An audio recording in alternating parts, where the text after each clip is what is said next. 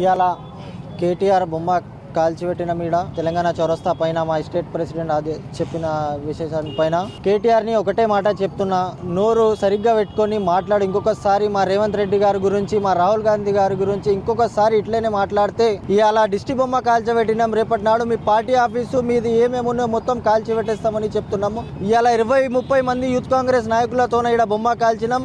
మళ్ళొకసారి ఏమైనా అంటే 2000 మందిని తీసుకొచ్చి పార్టీ ఆఫీస్ కాల్స్తాం, కేటీఆర్ని గిడంగా కాల్చి పడతేస్తాం అని చెప్తున్నా నేను. యువజన కాంగ్రెస్ రాష్ట్ర అధ్యక్షులు జక్కిడి శివచరణ్ రెడ్డి గారి ఆదేశాల మేరకు ఈరోజు మేము మహబూబ్నగర్ జిల్లా హెడ్ క్వార్టర్లో కేటీఆర్ గారి దిష్టి బొమ్మను దగ్ధం చేయడం జరిగింది. ఈ దిష్టి బొమ్మ దగ్ధానికి ముఖ్య కారణం ఏమిటంటే కేటీఆర్ గారు మా రాహుల్ గాంధీ గారి పైన, మళ్ళీ గౌరవ ముఖ్యమంత్రి రేవంత్ అన్న పైన అనుచిత వ్యాఖ్యలు చేయడం జరుగుతుంది.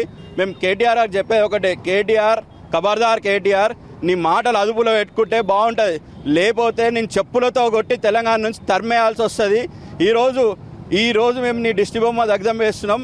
రాను రోజుల్లో నిజంగానే నీ బాడీని నిజంగానే తగలబెడతామని చెప్పేసి చెప్తున్నాం. నీ మాటలు అదుపులో పెట్టుకోవాలి. ఈరోజు కేటీఆర్ ఆయన అధికారం పోయిందనే దుఃఖంతో పిచ్చి మాటలు మాట్లాడుతుండు, పిచ్చోడు అయిపోయింది ఈరోజు కేటీఆర్. ఆయన ఏం మాట్లాడుతుండే ఆయన తెలియదు.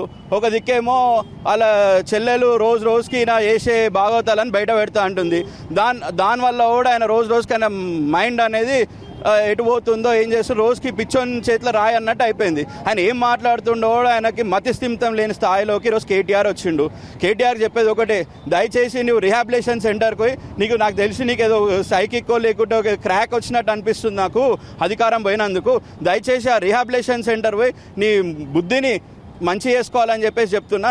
ఇంకొకసారి మా రాహుల్ గాంధీ గారి పైన కానీ, రేవంత్ అన్న గారి పైన కానీ తప్పుడు మాటలు కానీ, అనవసరమైన మాటలు కానీ చేస్తే సహించేది లేదు.